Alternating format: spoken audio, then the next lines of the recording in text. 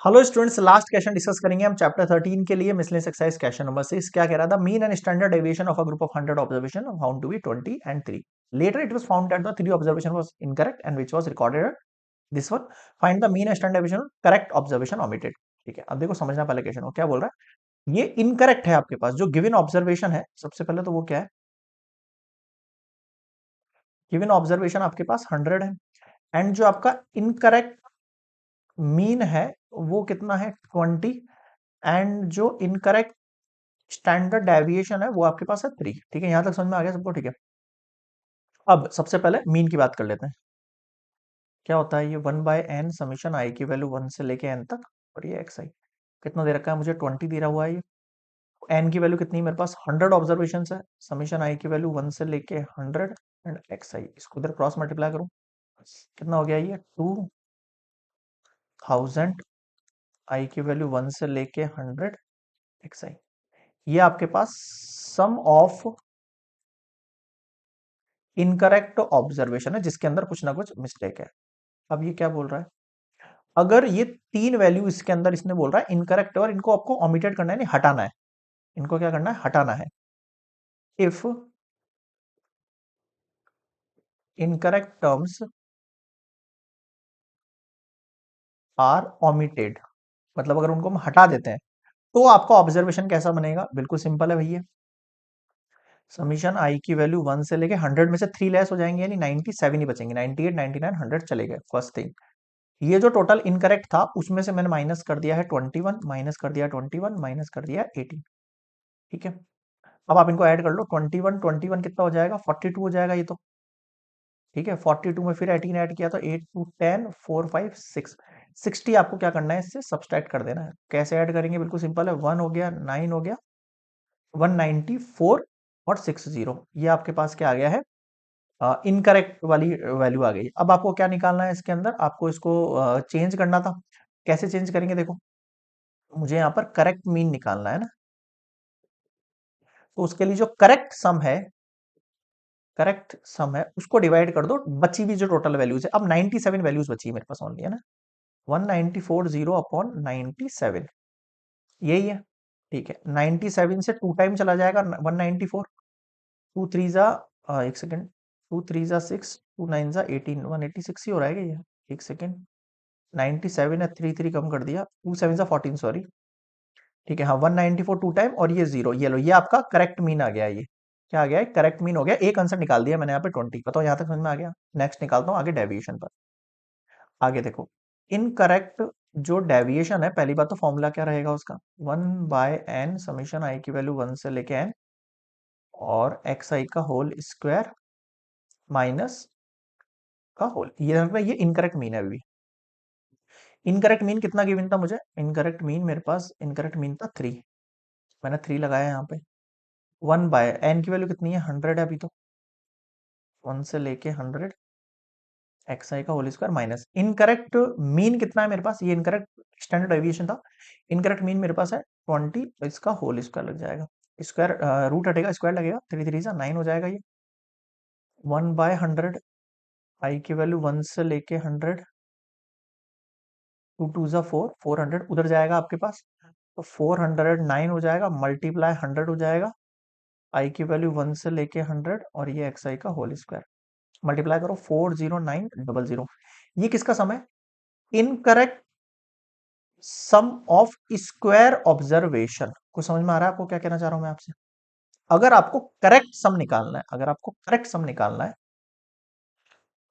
Correct sum of square observation, तो आपको क्या करना पड़ेगा, 40900 में से माइनस करना पड़ेगा पहले तो 21 का स्क्वायर, फिर माइनस करना पड़ेगा 21 का स्क्वायर, फिर माइनस करना पड़ेगा 18 का स्क्वायर। मुझे बताओ यहां तक किसी को भी कोई भी डाउट है तो मुझे बता सकता है। क्लियर है कि भाई सभी को? तो ये 441 हो जाएगा आपके पास, और ये मल्टीप्लाई 18 कितना हो जाएगा 324 हो जाएगा आपके पास, तो 441 और ये कितना आ गया 18, 18 के लिए 324, फिर माइनस 441, फिर माइनस और 40900।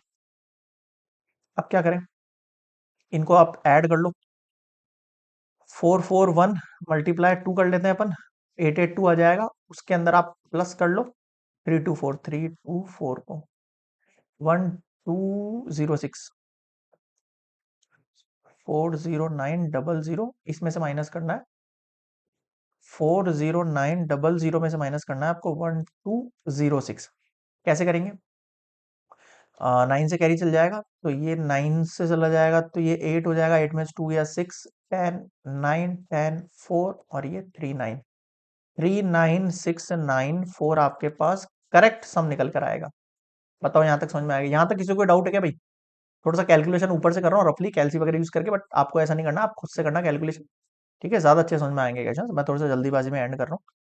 हाँ, यहाँ तक समझ में आ गया वैल्यू? ठीक है। अब देखो आपको जो वैल्यू लिखनी है, आपको क्या बनाना है? करेक्ट स्टैंडर्ड डेविएशन बनाना। फॉर्मूला वही रहेगा, 1/n समीशन आई की वैल्यू 1 से लेके n एक्स आई का होल स्क्वायर माइनस मीन का होल स्क्वायर।